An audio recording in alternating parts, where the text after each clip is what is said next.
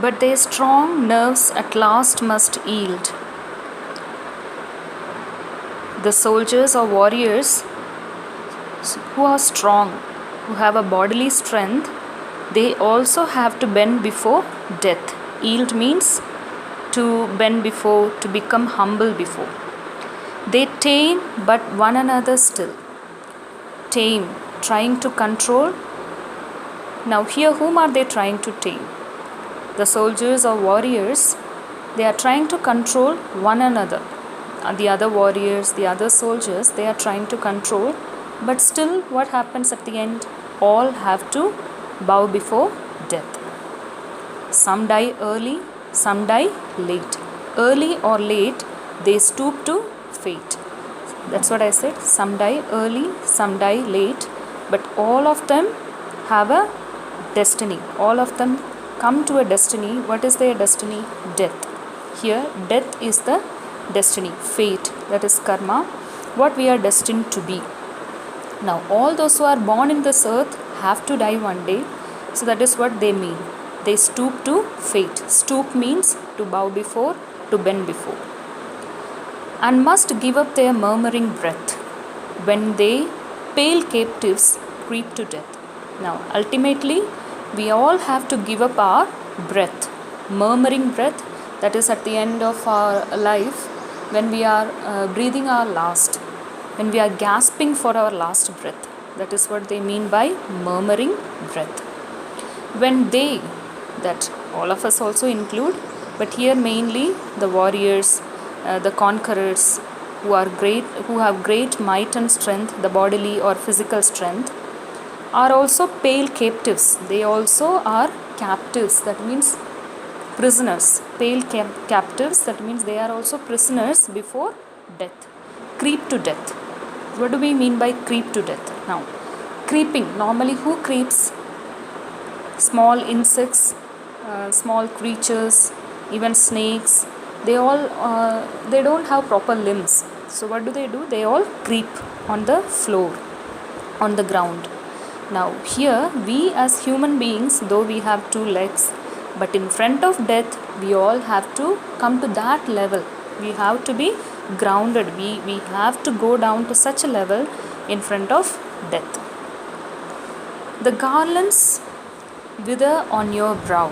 Now we have come to the last stanza. The garlands wither on your brow. Now garlands.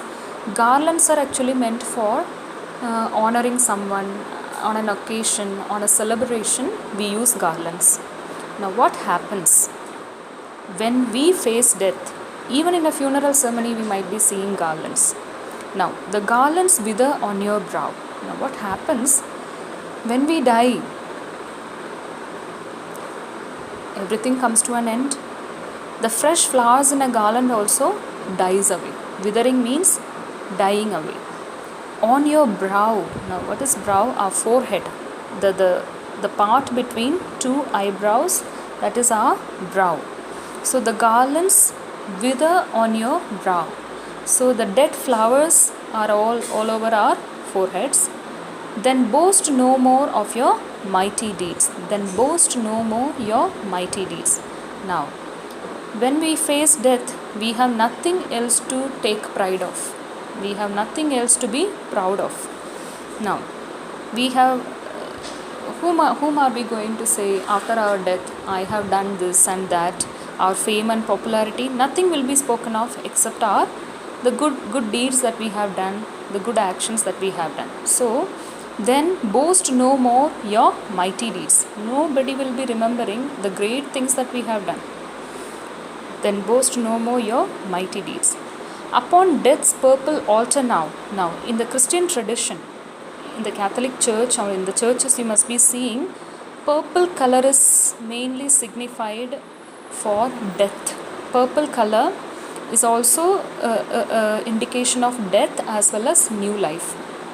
Whenever you see church has different seasons, especially in the season of Lent, that means when we celebrate the death of Jesus, remember and celebrate the suffering and death of Jesus, the church uses mainly purple color.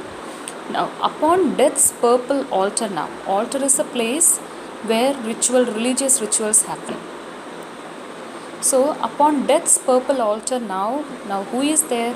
We, the human beings, when we face death, we are actually at the purple altar. We are at the purple altar, and that purple altar now belongs to death.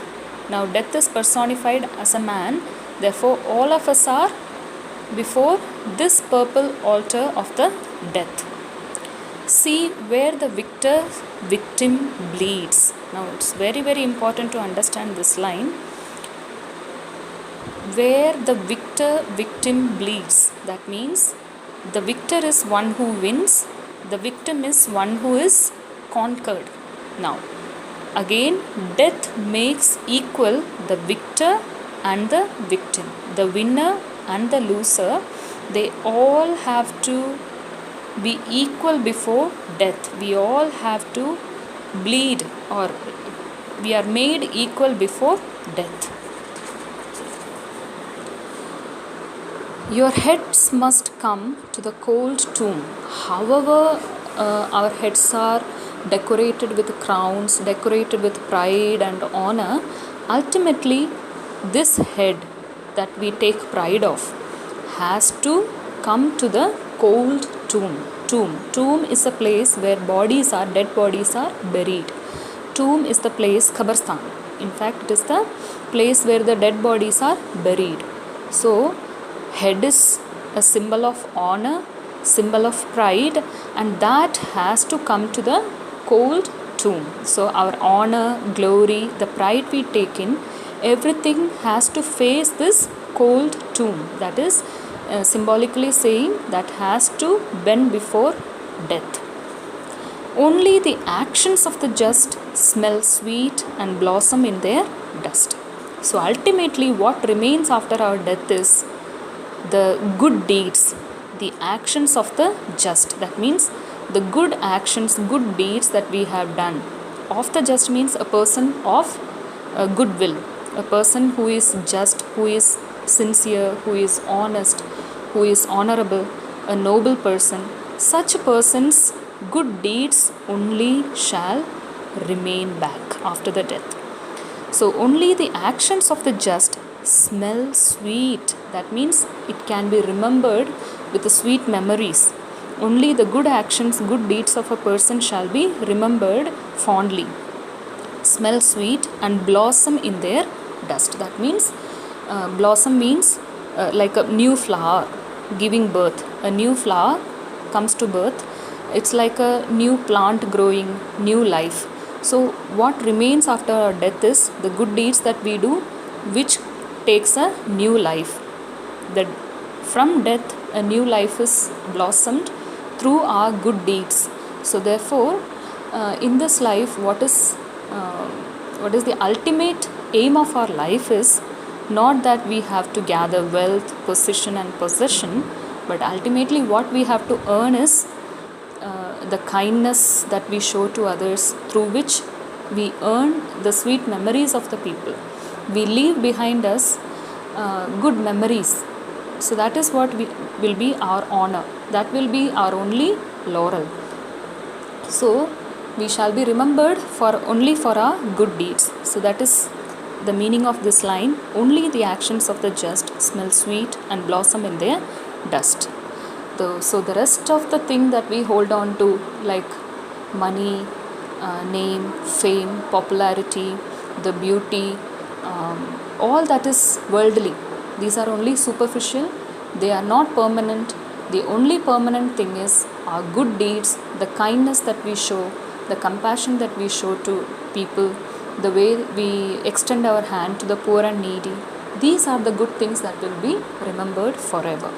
So that is the ultimate theme of this poem. The central idea of the poem is actually contented in this last two lines.